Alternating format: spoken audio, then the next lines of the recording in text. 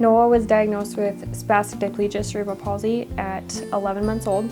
At 13 months old, Noah was not sleeping and seemed uncomfortable most of the time, and was not sitting up, not rolling over, spent a good portion of her day laying on her back looking at the ceiling unless she was being held, which was most of the time. Since we've started physical therapy at Glacial Ridge, she's taken huge strides, mostly in fear. She was very fearful before we started, and that can stunt progress tremendously. And Amanda and Keisha have worked with her every week on being braver and having more fun.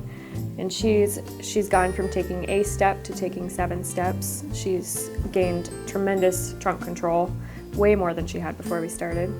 Crawling is reciprocal now, one knee, other knee, not bunny hopping. The relationship between Noah and her therapists is that they're friends. She loves them and wants them to come to her birthday party, and she looks forward to seeing them every time we come. She has never once said that she didn't want to come. She's looked forward to every visit, and yeah, she loves them. I love her therapists. They have helped me in ways that I've never had help before. They've made phone calls that I've always made on my own before. I feel safe with them. I trust them with her. I know that she's safe with them.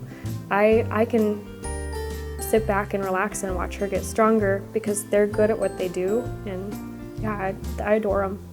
The goals that we have moving forward are independence and her best adult life, so that she can do anything and everything that she wants to.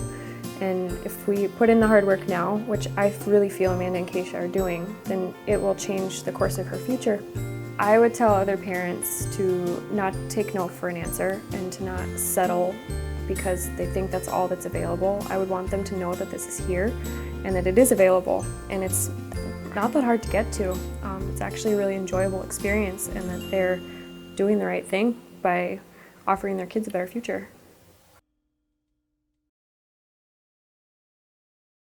Before the therapy, Seneca was not really communication much, and then after therapy, she's getting much better. She can use the pictures to communication a lot right now. If she wants some sugar or candies, she always handing the pictures for me. And Seneca is really comfortable over here.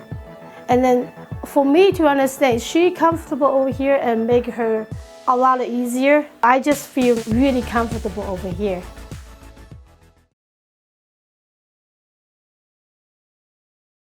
We were looking for help for Addison in the beginning.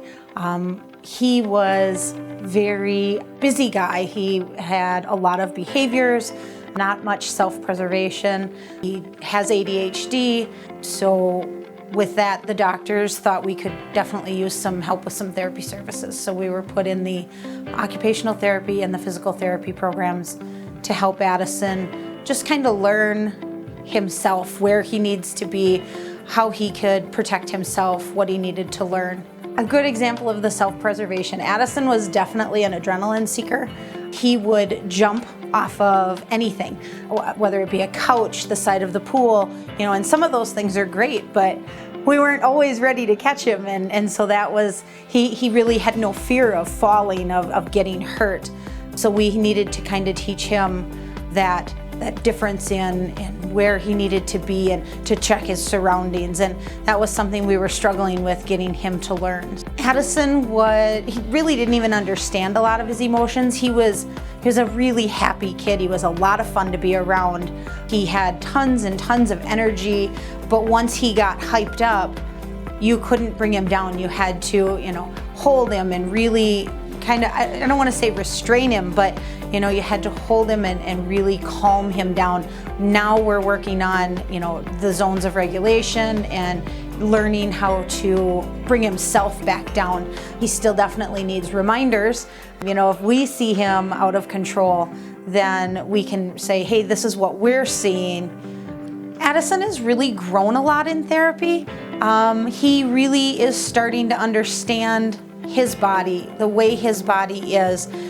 He's wired differently, and I think in time, he's gonna come to understand that it's okay the way he's wired. Addison and I both really like the therapists we work with.